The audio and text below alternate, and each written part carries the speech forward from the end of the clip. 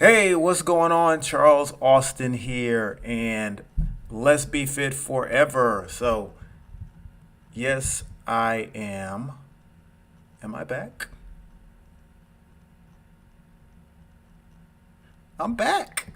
It's been a while, right? This is my first stream of 2023. Oh my goodness. You know how life is. Sometimes you have to take care of business. But hey, here I am back and live and in color once again. Here helping all of you folks out there take control of your health because, of course, health is wealth. And that is why I am always focused on helping you be fit forever. So, currently at the moment we are up to, and this is be taking 4 months off of streaming. We're up to 193 subscribers, which is awesome. And that makes me only 7 subscribers away from getting up to that 200 mark. Now, of course, I dream and aspire for much bigger things in the future. But before you can get to 200,000 followers, before you can get to 20,000, before you can get to 2 million followers, before you can get to 20 million followers, right? You got to start at that 200. So, hey, I need 7 more. So, again, if you like the videos, if you like today's stream, if you like the channel, the information that's being provided, make sure that you always smash that like and subscribe button. Make sure you're always up to date with the latest content here on the channel. So, without further ado, you know how I roll. I like to go ahead and get right into the nitty gritty to make sure that we're not wasting anybody's time, right? So today I want to talk to you a little bit about part 6, right? Dairy being death, specific focus on calcium today. All right. So you can see over here on the graphic how it kind of talks about, or you kind of can see the image where it's like, wait, dairy products and calcium, but what about deficiency, right? Oh my gosh. Okay, so I saw that image and it made me think of exactly what I wanted to talk about today. But let me explain how I even got on this topic, because I recently become like this big user of Twitter. I'm always on Twitter now, reading, and I post. So follow me on Twitter as well, at Fitness Charles. So I was on Twitter and I was scrolling through, and as you can see, I follow WebMD because they pop good information here and there. Also gives me good stuff to post on when I see things that it's not exactly right? So I was scrolling and I saw this post right here. I was scrolling on my phone earlier and it says, hey, your bones, your heart, and other muscles need calcium. All 100% true. Of course, your bones, your heart, and your muscles need calcium, right? Specifically, so it says 3 servings of low-fat dairy foods each day as part of a balanced diet provides you with the calcium you need. So that's when I started to say, wait a minute. How is it possible that out of all the foods that you could promote to be a good food for you to eat for calcium, why would it be dairy, right? That's obviously where the fallacy began, right? So when you click the link right in here, it takes you to this page that kind of looks like this, right? So it's talking about 7 nutrients your diet may be missing. They talk about calcium, fiber, which of course I've done many streams on fiber and its importance. They talk about other things as well, right? But again, the specific focus here is calcium, right? So it says, hey, why is it good for you? Your bones need it. Yes, absolutely. So do your heart and other muscles. Absolutely. Hey, and if you're not sure about why we need calcium, specifically to your muscles, right? So if we scroll all the way down here, or is this the wrong one? Is this the right one? I feel like this is the right one that I pulled up for y'all today. Maybe not. I thought I had it. But anyway, calcium is super important for muscular contraction. It helps with neurotransmitter signals, which is basically like chemical signals going throughout your body. It basically helps tell your muscles and your heart how to contract and all that kind of good stuff. So anyway, the point is, yes, absolutely, your body needs calcium. Your bones need it, your heart and your muscles need it as well. But the problem I have is the fact that the first thing that we're prescribing here is dairy foods, okay? Again, this is part 6 of my series on dairy is death.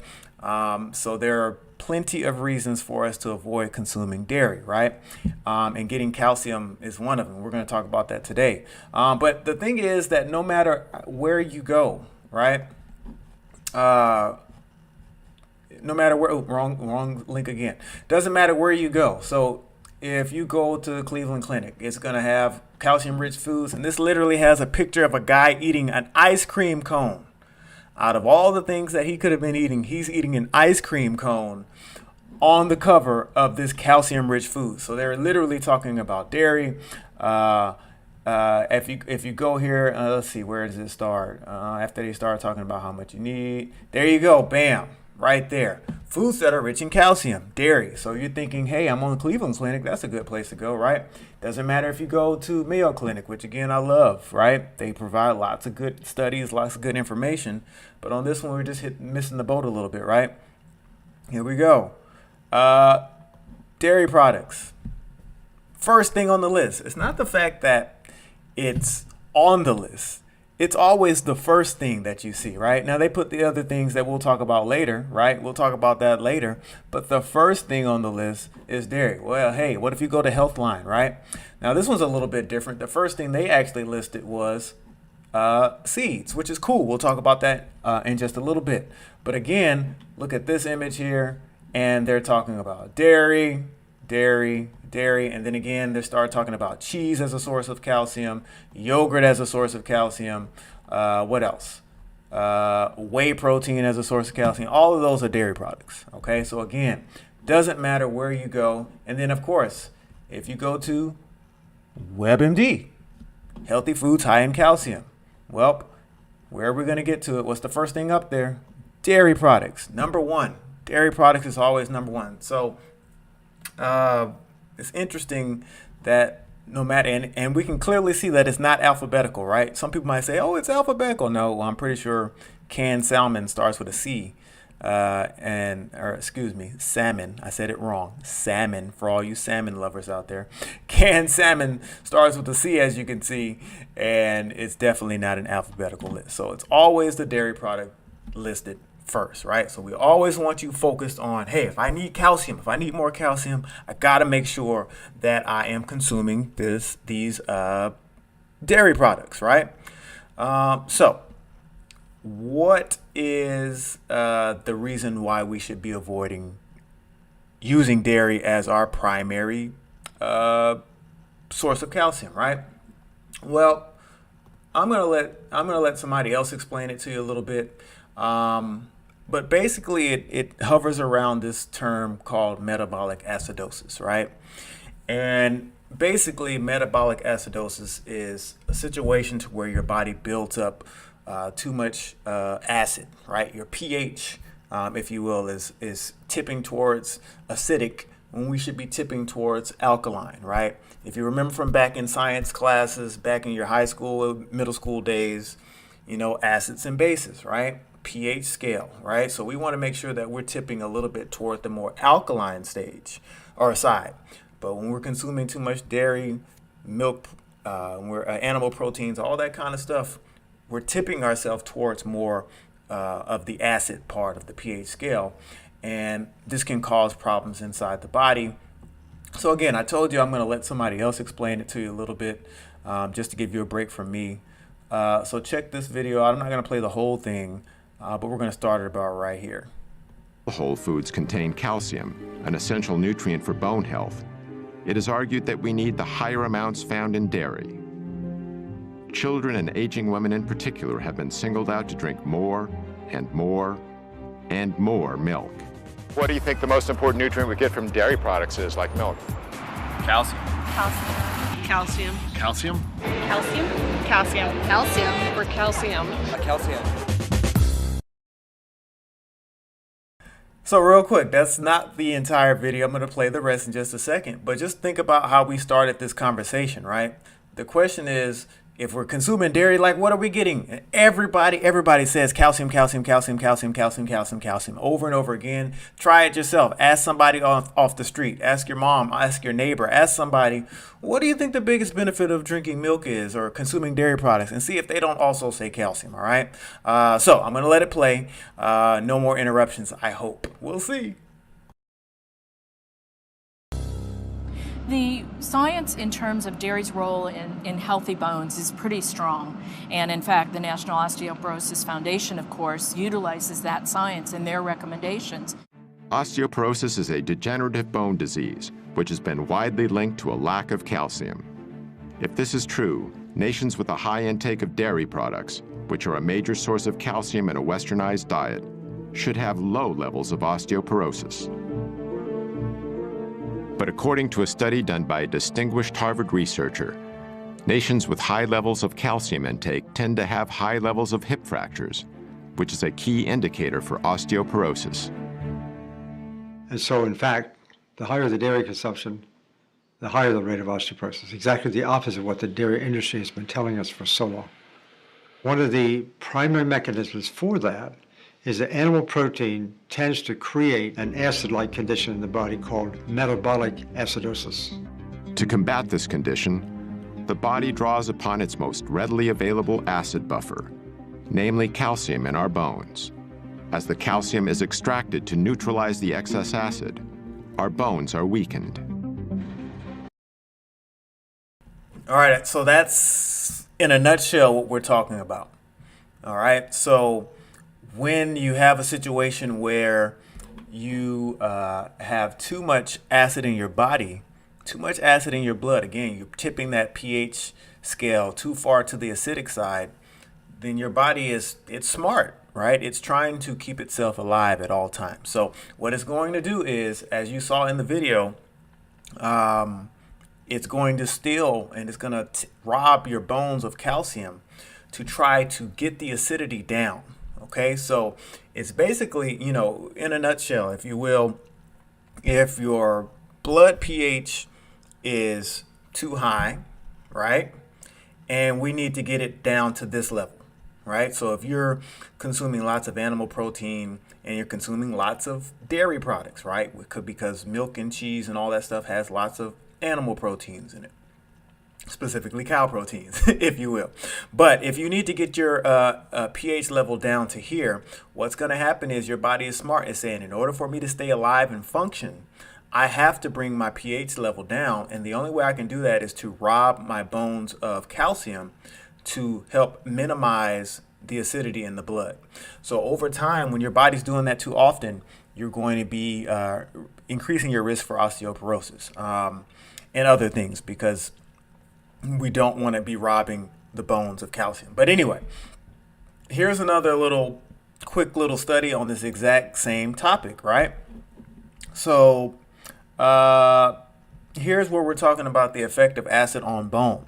And what they say here, and this is just, an abstract. They're basically just doing a quick little summary here. But basically what they're saying here is metabolic acidosis induces calcium efflux from bone, which is basically saying that the efflux is basically saying take away, like steal, rob. That's basically what they're talking about when they say this word efflux, right?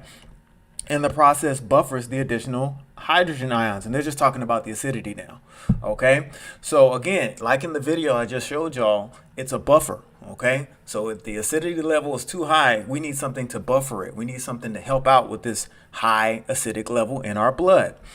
So initially, metabolic acidosis stimulates physiochemical mineral dissolution and then cell-mediated bone reabsorption. Again, where's the other word I was looking for? Acidosis increases activity of bone reabsorbing cells. It osteoclasts and decrease the activity of bone forming cells. So again, we're decreasing the activity of bone formation while we're stealing calcium from the bone because we have too much acid in our blood, which comes from drinking milk and eating dairy products and eating cheese. All these things are causing harm, high acidity in the blood, which is not what we want, okay? So where in the world Oh, and here's the last little thing before we move on to the good sources of calcium, right? Here's the other thing that doesn't really get talked about too much, and it's the fact that calcium really isn't, I guess, number one on the list of things when we're talking about actually using calcium, right? It may seem like, hey, just get calcium in your body, you'll be fine. Well, actually, you actually need vitamin D in order for the body to even use calcium. Okay, so if you look here, what are some of the sources? I'm sorry, what are some of the functions of vitamin D, right? And obviously, the best way to get vitamin D is just go outside. Right, I believe you need about 30 minutes of sun exposure a day, depending on how much sun is outside and depending on how much melanin you have in your skin. Everybody's a little bit different, obviously. But the best thing we can do is start going outside and getting vitamin D, because naturally our skin will make it. But some of the other functions of vitamin D include things like, absorption of calcium. Okay. And again, we already talked about nerve communication with calcium. But anyway, the main thing here is the fact that vitamin D is super important for the absorption of calcium. So we're consuming all this milk, all this dairy, all this cheese because everybody tells us it doesn't matter which site we go to. They're going to say, hey, the best sources of calcium is dairy. But when actually you can't even absorb it because you don't have enough vitamin D or you're not getting enough vitamin D. And it's also causing your body to lose more calcium. All right. So again, we need vitamin D to even absorb calcium. Okay. Again, what assists in the absorption of calcium? Vitamin D is the most significant nutrient for the proper absorption of calcium. So again, if we're just consuming calcium, we're not going outside, we're not getting enough vitamin D, we can't even use the calcium that we're consuming. Not only to mention the fact that, hey, when I consume dairy products and other animal protein products, I'm creating this thing called metabolic acidosis, where my body's going to steal the calcium I consume from my bones anyway, making it more likely for me to have osteoporosis. Crazy, right? So again, what are some of the best sources? And specifically, hey, click the link below in the description of this video where I talk all about osteoporosis. I believe it was part 4 or part 5 of my Darius Death series.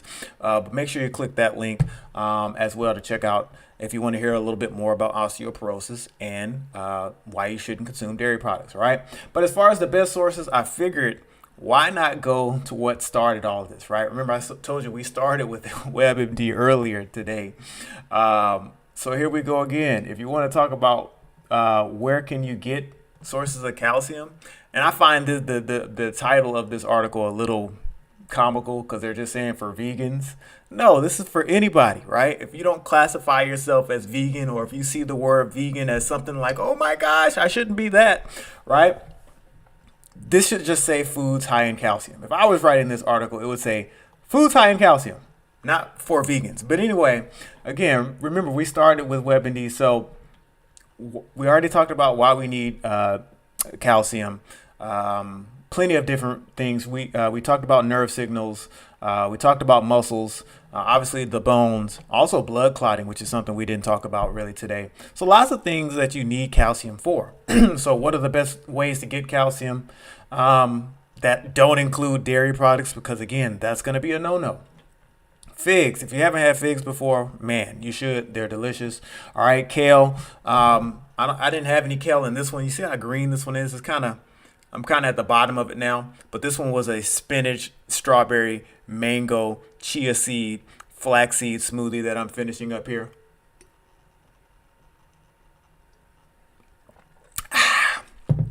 My tongue's kind of green.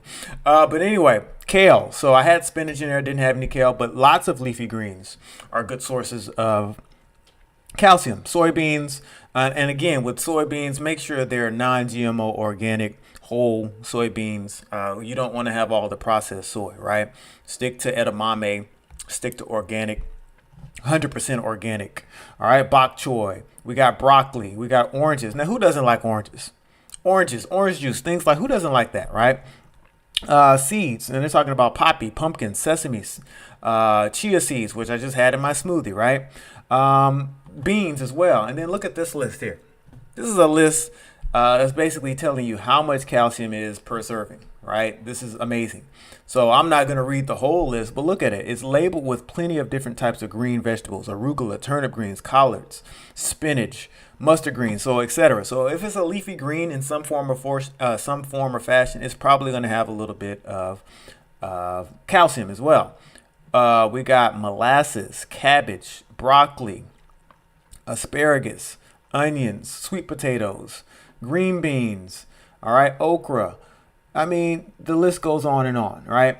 So we said, look at this: celery seeds, poppy seeds, chia seeds, almonds, okay, flax seeds. What about beans? Okay, white beans, kidney beans. We got blackberries, oranges. We got grapefruit. Okay, so the point is, there's a long list of places that you can go to get your calcium that don't include dairy. I just showed y'all exactly why dairy is no good for you, specifically with metabolic acidosis. Okay, so this is the time normally where if I see anybody on the live chat, we go to a live Q&A. I don't think we got anybody for today, but keep in mind, if you check this video out at any other at a later date, drop a comment, man. I check my phone. I see when I get a notification. Drop a comment and drop a question, if you have anything specific on this topic or something else, as always. Because normally with my Q&A, I love to answer questions about anything that's related to your health, your human body, your nutrition, your fitness, all that kind of stuff, right? So we're going to go ahead and wrap for today. But I did want to show y'all a couple of things that are new. So when you go to the website, which is www.fitnesscharles.com, right? Changed a couple of things. I like the fact that I went ahead and put this little tidbit on here, because this is really, if I can be all serious for a second, because I play too much sometimes, but if I can be serious for a moment, like I really am on this earth, as it says right here, I really am on this earth to save and extend human lives, right? And I'm doing that through teaching proper lifestyle choices. We're moving, get you moving more, get you eating the right type of foods that work best for you, all these different things. So again, let me help you be fit forever. You can book a consult now, right? I've changed my business model a little bit more to focus on folks on the individual basis needs, right? So as you scroll through the homepage, we're going to put our focus primarily on, hey, you can book a consult with me now. And as always, the 3 times the burn fitness challenge is never going anywhere. That's your 100% on demand, train anywhere, anyhow you like, fitness challenge that includes a nutrition plan, that includes total body workouts. It's going to help you burn fat, lose weight, etc.